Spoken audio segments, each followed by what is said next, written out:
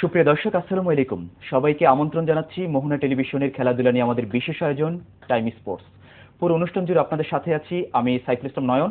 আমরা খেলাধুলার গবেষণা, উন্নয়ন, পরিকল্পনা ও বাস্তবায়ন নিয়ে কথা বলে থাকি corporate social responsibility, tourism and sports নিয়ে।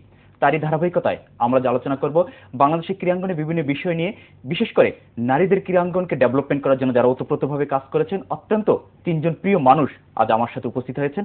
আমার সাথে আছেন জনাব হামিদা বেগম, সিনিয়র সহসভাপতি, বাংলাদেশ মহিলা ক্রীড়া সংস্থা, একই সাথে জাতীয় ক্রীড়া পুরস্কার প্রাপ্ত। আমার সাথে আছেন কামরুন্না ডানা, সাধারণ সম্পাদক, বাংলাদেশ মহিলা ক্রীড়া সংস্থা, একই সাথে জাতীয় ক্রীড়া পুরস্কার প্রাপ্ত।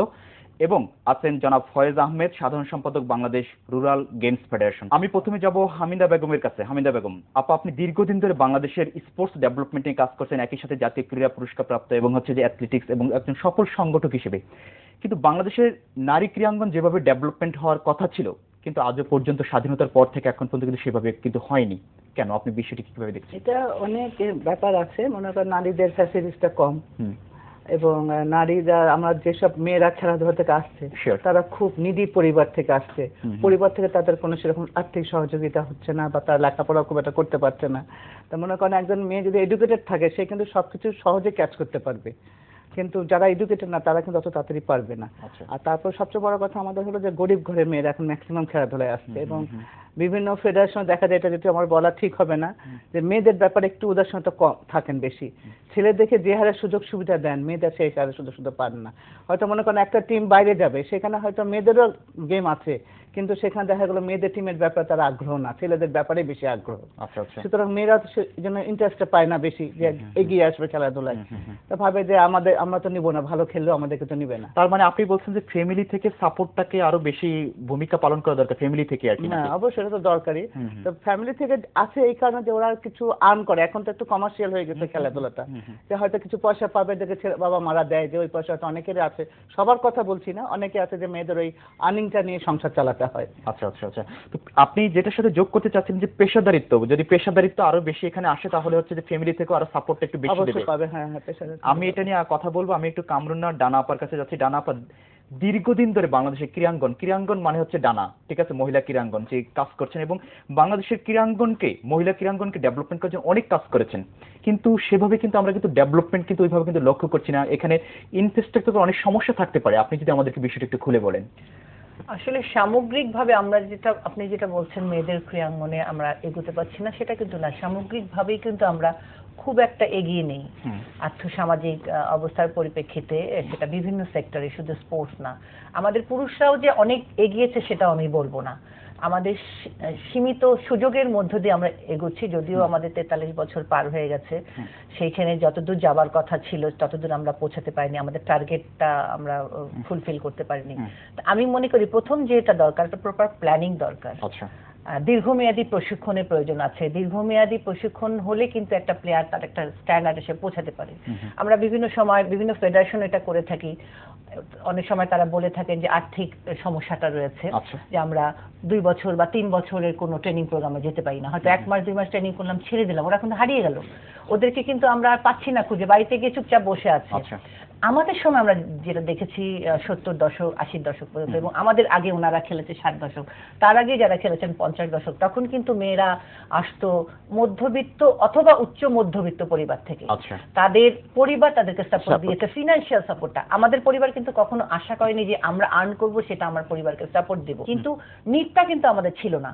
এবং আমরা যারা এখন, হামিদা আপা খেলেছেন, আমি খেলেছি, এবং আমাদের আরো যারা জাতীয় চ্যাম্পিয়ন বা ন্যাশনাল প্লেয়ার ছিলেন, তাদের সন্তানদের কিন্তু আমরা দিতে পারিনি। এটা অনেক কারণ আছে। এটা আমি বলতে চাই যে আমাদের যে ভবিষ্যৎ নিশ্চয়তা খেলোয়াড়দের, সেটা আমরা দিতে পারিনি। যেটা আমাদের পার্শ্ববর্তী দেশ ইন্ডিয়াতেও আছে, যে তাদের রেলওয়ে প্রচুর খেলোয়াড়দেরকে চাকরি দিচ্ছে, তাদের এয়ারলাইন্স গুলো, টাটা, বিড়লা, এরা যোগ করতে যে বিজিএমসিও কিন্তু এর আগে দিয়েছিল, আমাদের এখানে ছিল। আমরা পেয়েছিলাম, বিমানকে পেয়েছিলাম খুব ভালোভাবে। আমি নিজে বিমানে খেলেছি 79 সাল থেকে 82 সাল পর্যন্ত। বিমান তখন প্লেয়ারদেরকে চাকরি দিত দিত, কাস্টম প্লেয়ারদেরকে চাকরি দিত, আচ্ছা। বিডিএমসি বিটিএমসি প্লেয়ারদেরকে চাকরি দিত, তাদের কিছুই করতে হতো না, শুধু তারা খেলতো, সারা মাসে বেতন আনতো, পরবর্তীতে আনসার সাপোর্টে দিয়েছে। এটা কিন্তু এখন কমে গেছে। আচ্ছা। বিমানের সেভাবে বিমান পিছিয়ে গেছে, কাস্টমসও পিছিয়ে গেছে, বিডিএমসি বিটিএমসি মাঝে ছিলই না, এখন আবার বিডিএমসি শুরু করেছে। যখন ভবিষ্যৎ নিশ্চয়তা একটা মানুষ পাবে না, তখন কিন্তু কখনই স্পোর্টসে আসবে না। তাছাড়া এখন কিন্তু এই যে আমাদের এডুকেশনাল সিস্টেম, এটা কিন্তু অনেক টাফ। আমাদের সময় অনেক হালকা ছিল, এখন কিন্তু কম্পিটিশন অনেক বেশি, কারণ বাবা মারা অনেক সিরিয়াস। তারা যেমন সিরিয়াস, বাচ্চারাও কিন্তু তার ক্যারিয়ার বিল্ড আপের ব্যাপারে সিরিয়াস, যে ভালো রেজাল্ট করতে না পারলে ভালো জায়গায় ভর্তি হতে পারবে না, ভালো জায়গায় ভর্তি পড়াশোনা করতে না পারলে ভালো একটা চাকরি পাবে না, আগামী দিনটা তার ভালো যাবে না। সেই কারণে যাদের সামর্থ্য আছে বাচ্চাদেরকে অনেক বেশি সাপোর্ট দেওয়ার খেলার জন্য, তারা কিন্তু তাদের বাচ্চারা কিন্তু খেলাধুলা অনাগ্রহী হয়ে গেছে ডিউ টু ভবিষ্যৎ নিশ্চয়তা নেই বলে। এবং যারা আসছে তারা কিন্তু ওই মানে যাদের ডিমান্ডটা বেশি, চাহিদাটা বেশি, মানে আমি বলতে চাচ্ছি যে নিজেদের সাপোর্ট দেওয়ার ক্ষমতাটা নেই, তাদের বাচ্চাদেরকে দিচ্ছে। আপা সেটা আরেকটু বিষয় আমি যোগ করতে চাচ্ছিলাম যে ছেলেদের ক্ষেত্রে যে ধরনের সুযোগ সুবিধা পাচ্ছে, মেয়েদের ক্ষেত্রে কিন্তু কোনো সংগঠন বা কোনোভাবে কিন্তু তারা কিন্তু সেই সুযোগ সুবিধাগুলো পাচ্ছে না। সুযোগ সুবিধা অবশ্যই মেয়েদের ব্যাপারে আমরা যাদের সাথে কাজ করছি আমাদের ভাইদেরই উদার হতে হবে। আচ্ছা। হ্যাঁ, আমি ক্রিকেটের বেলায় বলি, ক্রিকেট অনেক রিচ ফেডারেশন, বর্তমানে এমন একটা অবস্থানে চলে গেছে যে ওদেরকে আর সরকারের প্রতি অত মুখ। এবং আমি আরেকটু আপনার সাথে যোগ করতে চাচ্ছি যে ক্রিকেট বোর্ডে এমন একটা চিন্তা ভাবনা মানে অনেকে করেছে যে ক্রিকেট বোর্ডে প্রত্যেকটা ফেডারেশনকে সহযোগিতা করতে পারবে, তাদের যে রিচ, তাদের ফান্ড, এটা দরকার নেই, যার যার ফেডারেশন তারই করা উচিত। এটা আমি বলবো না যে ক্রিকেট করা উচিত, তাদের ক্রিকেটের জন্যই করুক। আচ্ছা। কিন্তু ক্রিকেটে 2006 সালে আমাদের আসলে মহিলা ক্রিকেটটা 82 সালের দিকে একটা এক্সিবিশন ম্যাচ খেলতে আমাদের সিনিয়র যারা ছিলেন তারা অর্গানাইজ করে কলকাতা নিয়ে গিয়েছিল। তখন তারপরে তো দীর্ঘ বিরতি, এবং 96 থেকে 2001 পর্যন্ত বাংলাদেশ মহিলা ক্রীড়া সংস্থা কিন্তু রেগুলার ক্রিকেট ট্রেনিং করেছে আমাদের প্রখ্যাত ক্রিকেট প্রশিক্ষক আলতাফ ভাইয়ের মাধ্যমে। আমরা অনেক প্লেয়ারদের তখন তৈরি করতে পেরেছিলাম। তারপরে আবার গ্যাপ পড়ে গেছে, কিন্তু ইন্টারন্যাশনাল প্রেসারে যেটা ফুটবলে হয়েছে আপনারা জানেন যে ফিফা এফসির একটা প্রেসার ছিল যে আমাদের এই আন্ডার ডেভেলপ কান্ট্রিগুলো এবং মুসলিম কান্ট্রিগুলোকে ফুটবল করতে হবে। সেই জন্য এই আমাদের এই সাবকন্টিনেন্ট অথবা এই আরব কান্ট্রিগুলো, এদেরকে আমাদের ওয়ার্ল্ড চ্যাম্পিয়ন হওয়ার দরকার নেই, কিন্তু মেয়েরা পার্টিসিপেট করবে। আচ্ছা। তো সেই প্রেসারে কিন্তু ফিফা এফসির প্রেসারে বাংলাদেশে আমরা সৌভাগ্যবান যে প্রথম অবস্থায় আমি তখন সেক্রেটারি দায়িত্ব পেয়েছিলাম, আপা মেম্বার ছিলাম। আপা দায়িত্ব এবং কর্তব্য নিয়ে, ফিফার দায়িত্ব কর্তব্য নিয়ে আপনার সাথে আমি আরেকটু কথা বলবো। তার আগে আমি একটু ফয়েজ আহমেদের কাছে যাচ্ছি। ফয়েজ আহমেদ, আপনি দীর্ঘদিন ধরে বাংলাদেশের নতুন একটি ফেডারেশন, যে সেখানে হচ্ছে রুরাল গেমস ফেডারেশন নামে আপনারা একটা সংগঠন করেছেন, ফেডারেশন করেছেন, সেখানে হচ্ছে যে মাননীয় প্রধানমন্ত্রীও কিন্তু চাচ্ছে যে যেগুলো গ্রামীণ খেলাগুলো হারিয়ে যাচ্ছে সেগুলোকে ধরে রাখার জন্য, তো আপনি সেটা নিয়ে কাজ করছেন, আসলে আমাদেরকে একটু বলেন। আমি ইতিমধ্যে মোহনা টিভিকে এই ধরনের একটা আলোচনা অংশগ্রহণ করার জন্য, বিশেষ করে আলোচনা করার জন্য যে রুরাল গেমস নিয়ে আলোচনা হচ্ছে, এই জন্য আমি ধন্যবাদ জানাচ্ছি। বিশেষ করে বাংলাদেশে অনেক দেশজ খেলা আছে, আমরা তো আপনারা যে খেলাগুলো করছেন সেগুলো সম্পূর্ণ বলা যায় বিভিন্ন ফেডারেশন যেগুলো আমাদের দেশের বাইরের খেলা, ফুটবল বলেন, হ্যান্ডবল বলেন, ভলিবল বলেন, ক্রিকেট বলেন, সবই বাইরের। আমরা যে চিন্তাটা করতেছিলাম আমাদের দেশজ কিছু ঐতিহ্য আছে, খেলাধুলা আছে, সেইগুলো আমরা কখনোই চিন্তা করি নাই, গবেষণা করি নাই। এই খেলাগুলা আমরা যদি অর্গানাইজ করতে পারি, ওদেরকে যদি আমরা বিশেষ করে আমাদের যে রাইজিং এইজ প্রাইমারি লেভেলে বা হাই স্কুল লেভেলের ছাত্রছাত্রীদের যদি আমরা ক্রীড়ামুখী করতে পারি, তাহলে তাদের কি হবে, তাদের যে খেলাধুলার প্রতি আগ্রহ হবে, স্বাস্থ্যসম্মত হবে, প্লাস তাদের আর্থসামাজিক যে অবস্থা। আপনারা কয়টা ইভেন্টকে নিয়ে আপনারা আগাচ্ছেন, যে কয়টা গ্রামীণ খেলাকে সাধারণত? 22টা খেলাকে নিয়ে এগোচ্ছে। 22টা খেলা, তার মধ্যে গোল্লা শুট, হাডুডু, দাঁড়িয়া বাঁধা, কানামাছি, বৌচি, তারপরে এই ধরনের 22টা খেলাকে নিয়ে আপনারা মানে আগাচ্ছেন আর কি। এবং মাননীয় প্রধানমন্ত্রী কিন্তু আমরা দেখেছি গত বছর বলেছে এগুলোকে আপনার গ্রামীণ খেলাগুলো যাতে হারিয়ে না যায়, এগুলোকে ধরে রাখার জন্য। তো এক্ষেত্রে সরকারের কাছ থেকে কি আপনারা কোনো সহযোগিতা পাচ্ছেন? আমরা ফেডারেশন করেছি, মূলত সরকারের আসে না, আমরা করেছি আমরা যারা ক্রীড়ামোদী ছিলাম, যারা উদ্যোগী ছিলেন, যেমন আমাদের সভাপতি হলেন ফজিলাতুন্নেসা বাপ্পি এমপি, মাননীয় এমপি, বর্তমানে এমপি। তিনি তার উৎসাহ উদ্দীপনা এবং আমরা যারা কয়েকজন ছিলাম তারা সবাই মিলে আমরা এই ফেডারেশন করেছি এই উদ্দেশ্যে যে আমাদের বিভিন্ন এলাকায় ছড়িয়ে ছিটিয়ে থাকা বিভিন্ন দেশজ খেলাগুলিকে একত্র করে এবং অর্গানাইজ করে, যেমন অঞ্চল ভিত্তিক বিভিন্ন খেলা বিভিন্ন রকমের খেলে থাকে, তাকে আমরা অর্গানাইজ করে একটা ইয়েতে আনা, কি বলে, স্ট্রাকচারে দাঁড় করানো এবং এর মধ্যে আমাদের একটা চিন্তা আছে যে একটা দুইটা খেলাকে অন্তত আন্তর্জাতিক পর্যায়ে নেওয়া। আমি আপনার সাথে কথা বলবো, আমি একটু হামিদা বেগমের কাছে যাচ্ছি। জনাব হামিদা বেগম, যেটা হচ্ছে যে বাংলাদেশের কিন্তু এখন কিন্তু সফল সংগঠকের কিন্তু অনেক বড় অভাব কিন্তু আমরা দেখেছি, এবং যারা এখন আছে মহিলা ক্রীড়া সংস্থা যারা কাজ করছে অনেকে আছে রাজনৈতিক সাপোর্ট নিয়ে এবং হচ্ছে বিভিন্নভাবে অদক্ষ লোকেরা এসে কিন্তু ক্রীড়াঙ্গন কিন্তু দখল করে রেখেছে। কিন্তু আপনি বিষয়টিকে কিভাবে দেখছেন? আমরা সাপোর্ট করি না, কিন্তু অনেক সময় দেশে রাজনৈতিক পরিস্থিতি করতে হয়। আর মহিলা সংগঠক যে আপনি আসলে কিন্তু মহিলা সংগঠক নাই, আমরা যারা ছিলাম তারাও দূরে সরে গেছি, আর যারা আমরা গুটি কয়েক আছি। তা আমি তো এটা সবসময় সবখানেই আলোচনা করি যে আমরা এখন যারা আছি তারা যদি আমরা চলে যাই তাহলে কিন্তু আপনি সংগঠক আর পাবেন না খুঁজে। আচ্ছা, আপনার নতুন সংগঠক তৈরি করার জন্য কি কোনো কাজ আমরা একটু চেষ্টা করছি, যারা এক্স প্লেয়ার খেলা ছেড়ে দিয়েছে তাদেরকে নিয়ে এসে কোনো একটা কমিটিতে রাখা, বা আমাদের যারা মহিলা সংস্থা বিভিন্ন সাব কমিটি আছে সেখানে আমরা ঢুকাবার চেষ্টা করছি। তারপর আমাদের জেলা মহিলা ক্রীড়া সংস্থা, বিভাগীয় মহিলা ক্রীড়া সংস্থা, ওখানে আনার চেষ্টা করছি, কারণ ওখানে এত রাজনৈতিক প্রেশারটা থাকে না যেখানে মহিলা ক্রীড়া সংস্থা থাকে। তো সেই কারণে আমরা পুরাতন খেলোয়াড়দেরকে নিয়ে আসছি। এবং দীর্ঘমেয়াদী কিন্তু তাদেরকে যদি নার্সিং না করা হয় তাহলে কিন্তু তারা কিন্তু হারিয়ে যাবে। কিন্তু দীর্ঘমেয়াদী নার্সিং এর ব্যাপার আছে। যেটা ডানা বললো, আমাদের আর্থিক সমস্যাটা সমস্ত ফেডারেশনে একই সমস্যা। তা আমার মনে হয় কিছু যদি স্পন্সররা তাদের দায়িত্ব নেন, যাদের মধ্যে ন্যাক আছে যে আমার না এই ছেলেগুলো কিন্তু আমি 4-5টা নিয়ে আমি সারা বছর তার লেখাপড়া বা তার ফ্যামিলি যদি আমি করতে পারি, আমাদের তো এরকম আছে। কিন্তু মানে আপনি মনে বলছেন যে পৃষ্ঠপোষকতা যারা করছে তারা একটু সহযোগিতার হাত বাড়িয়ে দেয়, এরকম করে 4-5 জন মনে হয় ডানা আপু একটু যোগ করতে চাচ্ছে। আমাদের দেশে আমরা দেখি নরমালি টুর্নামেন্টের ব্যাপারে যারা স্পন্সর করে, এখন অনেকেই স্পন্সর করছে, তারা হেল্প করছে স্পোর্টসে, কিন্তু টুর্নামেন্টের ব্যাপারে তারা খুব আগ্রহী। যখন আমরা তাদের কাছে প্রপোজ করি যে একটা ট্রেনিং প্রোগ্রাম করব, তখন কিন্তু তারা আগ্রহটা দেখান না। আমি মনে করি স্পন্সরদের প্রতি মানে আমি আহ্বান জানাই যে ওনারা যদি বিভিন্ন ফেডারেশন যে প্রোগ্রামগুলো করছেন সেখানে অ্যাটলিস্ট যতটুকু তার ফান্ড আছে ওই খেলার জন্য 50% যেন প্রশিক্ষণের কাজে তারা সহযোগিতা করতে পারেন। তাহলে আমাদের সরকারের তো অনেক সীমাবদ্ধতা আছে, সরকারের একার পক্ষে সম্ভব না। বেসরকারি প্রতিষ্ঠানগুলো যদি স্পোর্টসের জন্য তারা একটু এগিয়ে আসে তাহলে আমাদের স্পোর্টস একটু অবশ্যই আগাবে। আরেকটা এখানে আমি একটু কথা বলতে চাই যে আমাদের আইওসিতে ইন্টারন্যাশনাল অলিম্পিক কমিটি কিন্তু সবসময় তারা বলে আসছে 30% মেয়েদেরকে কাজ করার সুযোগ দিতে হবে। আমি আমার বাংলাদেশের ব্যাপারে বলবো না, অনেক উন্নত দেশেও কিন্তু এটা করা হয়।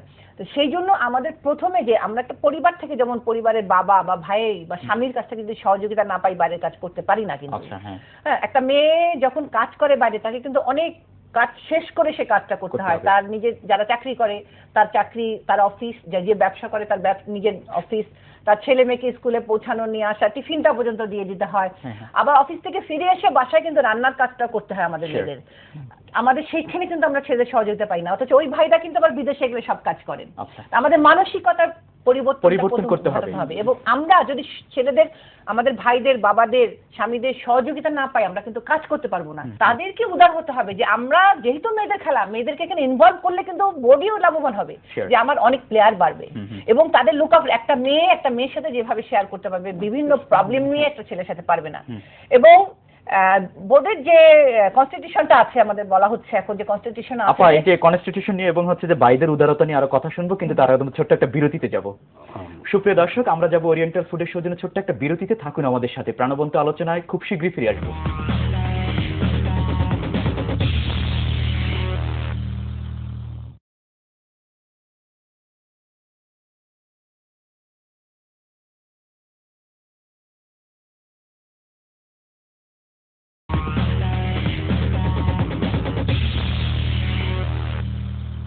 সুপ্রিয় দর্শক, বিরতির পর আবারও সবাইকে আমন্ত্রণ জানাচ্ছি ওরিয়েন্ট ফুড টাইম স্পোর্টসের সাথে আছেন অত্যন্ত তিনজন প্রিয় মানুষ। কামরুন্নাহার ডানা আপা, যেটা আমরা বলছিলাম যে আমাদের ইনফ্রাস্ট্রাকচারগত অনেক সমস্যা আছে, এবং হচ্ছে যে আমাদের ভাইদেরকে আরো উদার মনের হতে হবে আর কি। তাহলে মেয়ে যেন ডাইরেক্ট আসতে পারে তার সুযোগ করে দিতে হবে, যেটা সংসদে আছে 50টি সংরক্ষিত আসন। মেয়েরা কিন্তু ডাইরেক্ট ইলেকশন করছে। আমাদের প্রাইম মিনিস্টার উনি ছেলেদের সাথে ইলেকশন করে জিতে আসেন, এক্স প্রাইম মিনিস্টার উনি ছেলেদের সাথে ইলেকশন করে জিতে আসেন, মতিয়া চৌধুরী, সাজেদা চৌধুরী, দীপুমণি, আরো অনেকে যারা আছেন তারা ইলেকশন করে জিতে তারপরে মন্ত্রী হয়েছেন বা কেউ এমপি আছেন। তো তারপরে কিন্তু সংরক্ষিত আসন আছে। কেন? যে আমাদের মেয়েদের এখনো ওই সামাজিক দৃষ্টিকোণ থেকে আমরা অতখানি উঁচু পর্যায়ে যাইনি যে একটা মেয়ে তার যোগ্যতা থাকলে একটা ছেলের সাথে কম্পিট করে সবাই জিতে আসবে। কিন্তু আমরা কিন্তু মুখে মুখে বলছি যে সম অধিকার, আমরা নারীর অধিকারের কথা বলছি, আমরা জেন্ডার ব্যালেন্সের কথা বলছি। জেন্ডার ব্যালেন্সিং নিয়ে আমরা সারা পৃথিবীতে বিভিন্ন ইয়েতে যাচ্ছি, সেমিনারে যাচ্ছি, বিভিন্ন সিম্পোজিয়াম করছি, সেখানে কিন্তু পুরুষরাও আছে। তার মানে শুধু যে নারীদেরকে নিয়ে সেই সিম্পোজিয়াম গুলো হচ্ছে সেটা তো না। আমরা যে পুরুষরা যারা অ্যাটেন্ড করছি বা যারা নীতি নির্ধারণ করছি তারা কতটুকু এখানে ইমপ্লিমেন্টেশনটা করছে, যে আমরা এমন কনস্টিটিউশন বানাবো কেন যেখানে একটা মেয়ে ডাইরেক্টর হওয়ার সুযোগ নেই। আর যদি সেটা নাই থাকে তাহলে আমাদের যে বাংলাদেশ অলিম্পিক অ্যাসোসিয়েশনের কথা আমি বলি, বা বাংলাদেশে আমার সৌভাগ্য হয়েছিল আমি যখন প্লেয়ার তখন থেকে বিভিন্ন ইন্টারন্যাশনাল টুর্নামেন্টে ফুটবল, ক্রিকেট আমি কিন্তু কাজ করেছি বিভিন্ন সাব কমিটি। তো তখন তো আমরা দেখেছি যে আমাদের যখন সাব গেমস হয় এত বড় একটা মিট, 7টা দেশ, সেখানে 8টা দেশ এখন খেলছে আফগানিস্তান আসার পর, সেখানে কি বিয়ে সব কর্মকর্তা সম্ভব কাজ করার? তখন তার আমরা কি করি, বিভিন্ন সেক্টর থেকে যারা খুব অভিজ্ঞতা সম্পন্ন সিনিয়র তাদেরকে কিন্তু নিয়ে আসি। সে একজন সচিব হতে পারে, সে একজন 30 বছরের মাঠে কাজ করার সংগঠক হতে পারে, তখন তারা হয়। এত বড় একটা মিট হলো, আমরা একটা কমিটি করতে পারলাম না কেন? এটা একটা আমার কষ্ট। এবং আমরা মেয়েদেরকে কোনো কাজ করার সুযোগ দিতে পারলাম না। মেয়েদের খেলা হলো সিলেটে। আপা সুযোগ নিয়ে একটু কথা বলবো। আমি একটু হামিদা আপার কাছে একটু যাচ্ছি যে হামিদা আপা, এবার কিন্তু আমাদের কিন্তু টি-20 বিশ্বকাপ কিন্তু শেষ হয়েছে, কিন্তু সেখানে কিন্তু আমাদের ছেলেদের প্রত্যেকটি খেলা কিন্তু টেলিভিশন কিন্তু সেখানে কিন্তু লাইভ করেছে, কিন্তু দেখিয়েছে, কিন্তু মেয়েদের যে বিশ্বকাপ বাংলাদেশে চলছে এটাই কিন্তু অনেকে জানে না। এটা আসলে বাংলাদেশে যে আমরা বারবার বলি নারী স্পোর্টসকে ডেভেলপমেন্ট করতে হবে, ক্রিকেটকে ডেভেলপমেন্ট করতে হবে, আসলে এইভাবে রেখে তো আসলে ডেভেলপমেন্ট সম্ভব না কোনোভাবেই। হ্যাঁ, আসলে এটা ঠিক কথা। কারণ আমাকে অনেকে, যেমন জানাবো লোককে অনেকে জিজ্ঞেস করছে, আমাকে অনেকে জিজ্ঞেস করছে, পাপা ক্রিকেটের মেয়েদেরটা খেলা দেখাচ্ছে না, কোন চ্যানেল দেখাচ্ছে? আমি সামনে জানি না, মনে হয় দেখাচ্ছে না। তো সেটা আপনারা প্রতিবাদ করতে পারেন না? আমি আর জানাতে একবার ছিলাম, তা প্রতিবাদ করবো কাজ কাছে, কেউ শুনলে তো প্রতিবাদ করবো, কিন্তু আমাদের মনে মনে কষ্ট লেগেছে যে মেয়েরা তো আমার খারাপ খেলে না। আর মেয়েদের তো মাঠে আসা 2007 সালে ওরা ইন্টারন্যাশনালি খেলছে, 2007 সাল থেকে আমাদের মেয়েরা।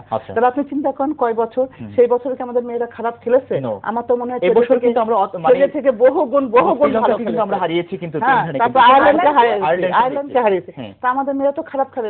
দেখেন আমাদের মুশফিক, ওরাও আমাদের ছেলে, সাকিবও আমাদের ছেলে, ওরা কি করছে, ওরা হাসাহাসি করছে কি নিয়ে, ওদের কালকে খেলার কি হতো সেগুলো সব ছবি আসছে, কিন্তু আমাদের মেয়েদের খেলার কোনো অ্যাকশন, কোনো ছবিই নাই। দুই একটা তাও যা আছে প্রথমত সেটা হলো অন্যরকম ভিতরের পাতায়, খেলার খবরও ভিতরের পাতায়, উপরে একটা লেখেন মাঝখানের পাতায়, আর ছেলেদের তো মেন ফ্রন্ট পেজে সব ছবি আছে। এখানেও তো মেয়েদের উৎসাহটা কমে যায়। মেয়েদের কিন্তু উৎসাহ তাদের গার্জেনরা যে মেয়েদেরকে পাঠাবে, মনে করেন আমাদের লেভেল যারা গার্জেন তারা তো ওইসব দেখে পাঠাবে, একটা ছবি আসলে একটা মা নিয়ে যায়, দেখো আমার মেয়ের ছবি আসছে, এরকম অনেক কিছু আমাদের মেয়েরা পেপার কাটিং করে রেখে দিয়েছে যে আমার মেয়ে খেলেছে। কিন্তু এইরকম যদি উৎসাহ না থাকে তাহলে মেয়েরা কিভাবে আগে আসবে, মেয়েদের পারফরমেন্সটা কিভাবে ভালো হবে? প্রধানমন্ত্রী নারী, বিরোধী নেত্রী নারী, সংসদ উপনেতা নারী, ফরেন মিনিস্টার হয়েছিলেন, এখন স্পিকার নারী।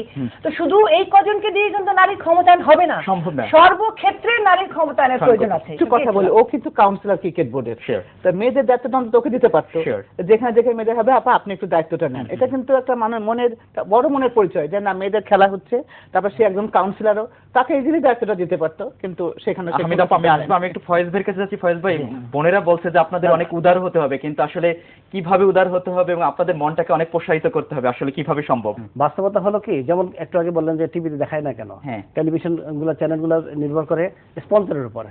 হ্যাঁ, তাদের টেলিভিশন চ্যানেলগুলো কোন কোন খেলাগুলো দেখাচ্ছে বা দেখাবে তা কিন্তু বিসিবি সরাসরি ঠিক করে দেয় না, বিসিবি না বা ছেলেরা ঠিক করে দিচ্ছে না, এটা আইসিসি ঠিক করে দিচ্ছে। প্লাস যেসব চ্যানেলগুলো দেখাবে তাদের ইন্টারেস্টে তারা বেশি করে সেদিকে ডাইভার্ট হয়। এই ব্যাপারে আমার মনে হয় সবার উদার হওয়া দরকার। আপনি আরেকটা কথা বলতে চেয়েছিলেন যে CSN corporate social responsibility, right. দানাপা যে কথাটা বলছিলেন যে স্পন্সর কারা আসবে, কেন আসবে?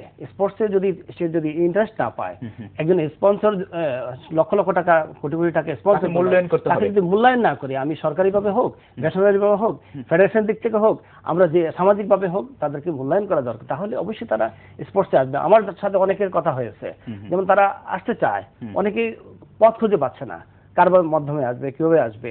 যেমন ওয়ালটন এখন কিন্তু একটা ভালো ভূমিকা রাখবে, এর মধ্যে একজন আছে কিন্তু ইকবাল বিন আনোয়ার ডন, আপনাদের কমিটির মেম্বার, সিনিয়র ভাইস প্রেসিডেন্ট। ওনারা কিন্তু এই খেলাধুলার স্পন্সর নিয়েই কাজ করেন, এবং সে কিন্তু চেষ্টা করে সব ফেডারেশনের সাথে সম্পৃক্ত, যখনই যাচ্ছে কিছু না কিছু যেভাবে হোক অনুদান দেওয়ার চেষ্টা করে। এইভাবে অন্যান্য যে স্পন্সর করার মতো যে প্রতিষ্ঠানগুলি আছে ওনারা যদি এগিয়ে আসেন তাহলে দেখবেন যে অনেক কাজ করবে, অনেক অনেক ভালো হবে। আর আপনারা যে কথাটা বলতেছেন ভাইদের বৈষম্যতা, আসলে বৈষম্য না, সেটা অর্গানাইজ করতে হবে, একসাথে মিলেমিশে কাজ করতে হবে, চলে আসতে হবে অটোমেটিক। এখনো দেখেন মেয়েরা যে সুযোগ সুবিধা পাচ্ছে, অ্যাকচুয়ালি সারা দেশে ছেলেরা কিন্তু এরকম পাচ্ছে না। আপনারা হিসাব করে দেখেন আমাদের দেশে যে বিসিবি বলেন বা অন্যান্য ফেডারেশনে ফুটবল বলেন, ভলিবল, হ্যান্ডবল, অন্যান্য ফেডারেশনে মেয়েরা যেই এভারেজে যেই ফ্যাসিলিটিস পাচ্ছে, কিন্তু এভারেজে আমার ছেলেরা সেই তুলনায় কম পাচ্ছে। এখানে একটু কথা বলি আমি। 3টা জায়গা আছে, মেয়েদের মাত্র একটা মহিলা ভাসানী, মওলানা ভাসানীর হকের থেকে থাকা জায়গা আপনারা করে নেন। শুধু মহিলা কমপ্লেক্স। আমি একটু কথা বলি।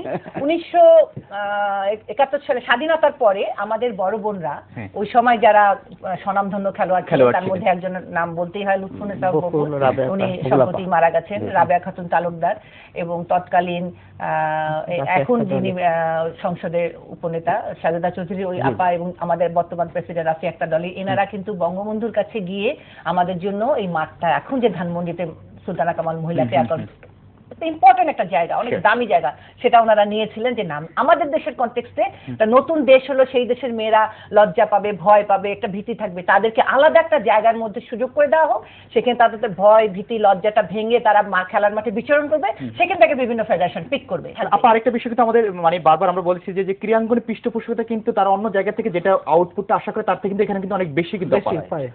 অবশ্যই এটা খুব প্রচারটা অনেক বেশি হয় একসাথে। তারা যে একটা বিজ্ঞাপন যদি একটা পাতায় 16 ইঞ্চি বাই 16 ইঞ্চি যে টাকা দেবে, তার চেয়ে অনেক কম টাকায় কিন্তু প্রতিটা পত্রিকায় কাভারেজ, এখন তো অনেক পেপার, হ্যাঁ একটা সময় ছিল ইলেকট্রনিক মিডিয়া দুটা মিডিয়ায় আসছে পেপার, এখন সেখানে শতাধিক প্রিন্ট মিডিয়া, ইলেকট্রিক মিডিয়া, অনেক ইলেকট্রিক মিডিয়া অনেক। তো সেই জন্য আমি বলবো যে তাদের কিন্তু ফিডব্যাক তারা পায়, তাদের একটু মনে করতে হবে যে এটা আমার একটা সামাজিক দায়িত্ব, এই জিনিসটা সকলের ফিল করা উচিত যে আমার সামাজিক দায়বদ্ধতা থেকে আমি স্পোর্টসের জন্য কিছু করি। কারণ স্পোর্টস যখন একটা ছেলে খেলাধুলা করতে পারবে, যখন একটা মেয়ে খেলাধুলা করতে পারবে, তখন কিন্তু সে ক্রাইম গুলো থেকে দূরে সরে যাবে। আজকে আমাদের সামাজিক অবক্ষয় হয়েছে, তাই না? স্পোর্টস ডেভেলপমেন্ট ব্যতি রেখে কিন্তু কোনো দেশে কিন্তু সেভাবে ডেভেলপমেন্ট হয়নি। কিন্তু আমাদের মাঠ সমস্যা হয়ে গেছে, যেটা আমরা ছোটবেলায় প্রচুর মাঠ পেয়েছি, পাড়ায় মাঠ পেয়েছি, স্কুলে মাঠ পেয়েছি, কলেজে মাঠ পেয়েছি, ইউনিভার্সিটির মাঠ পেয়েছি। এখন ঢাকা শহরে আপনি দেখেন বিল্ডিং সর্বস্ব স্কুল, বিল্ডিং সর্বস্ব ইউনিভার্সিটি, আমাদের বিভিন্ন টুর্নামেন্ট কমে গেছে। আমরা স্কুল টুর্নামেন্টকে ইন্টার স্কুল খেলে কিন্তু আমরা খেলাধুলার ভালোবাসাটা এসেছে। ইন্টার স্কুল খেলতে রংপুর আমার বাড়ি, রংপুর থেকে রাজশাহী গেছি, রাজশাহী জিতে ঢাকা এসেছি, তখন মনে হচ্ছে যে আমি খেলবো। স্কুলে যখন মাঠ পাবে তখন কিন্তু সে খেলাকে ভালোবাসে, সে মাঠের সাথে তার সাক্ষাৎই নেই, অটোমেটিক্যালি সে কম্পিউটারে ল্যাপটপে চলে যাবে। আমরা দায়ী, আমরা আমাদের পরবর্তী প্রজন্মকে আমরা সুযোগ করে দিতে পারছি না, এর জন্য আমরা দায়ী। আমাদের চিন্তা করতে হবে, আমাদের সরকারকে চিন্তা করতে হবে, আমাদের নিজেদেরকে চিন্তা করতে হবে, যারা খেলাধুলাকে ভালোবাসে, আমাদের সমাজকে চিন্তা করতে হবে যে আগামী দিনে একটা সুন্দর সমাজ গড়ার জন্য আমাদের এই প্রজন্মকে খেলাধুলায় আনতেই হবে, নিয়ে আসতে হবে। কারণ ওরা যদি শারীরিকভাবে সুস্থ থাকে, সে যত মেধাবী ছাত্র হোক না কেন, সে যদি শারীরিকভাবে সুস্থ না থাকে, সে তার পরিবারকে কিছু দিতে পারবে না রিটার্ন, সে তার সমাজকে দিতে পারবে না, সে তার দেশকে দিতে পারবে না। সেই কারণে আমাদের বাচ্চারা যেন, আমাদের আগামী প্রজন্ম যেন দেশকে কিছু দিতে পারে, তার সেই জন্য তাকে শারীরিকভাবে সুস্থ রাখতে হবে, শারীরিকভাবে সুস্থ। তারপর আপনি সর্বশেষ আমাদেরকে যদি আশার বাণী শুনান বাংলাদেশের মহিলা ক্রীড়াঙ্গন নিয়ে, একটু যদি আশার বাণী শুনান যে আসলে আমরা আশা করি, অবশ্যই আশা থাকতে হবে, আশা ছাড়া তো মানুষ বাঁচতে পারে না। আমাদের আশা থাকতে হবে আমরা আগামী দিনে ভালো করব, প্রতিটি ফেডারেশনকে সিনসিয়ার হতে হবে এবং যোগ্য লোককে যোগ্য জায়গায় কাজ করার সুযোগ দিতে হবে, যেটা আমরা খুব কম করি। অবশ্যই যোগ্য লোককে যোগ্য। আপনি যদি একটু আমাদেরকে একটু, ওই যে আমারও সে এক কথা, খেলাধুলা কিছুই বুঝে না, তাকে টপ পজিশনে বসে দিল, সে কিন্তু কিছুই করতে পারবে না। আর এখন যদি একটা যোগ্য লোককে বসান, তাহলে সে তার চেষ্টা করবে। আপনার সবার সহযোগিতা দরকার।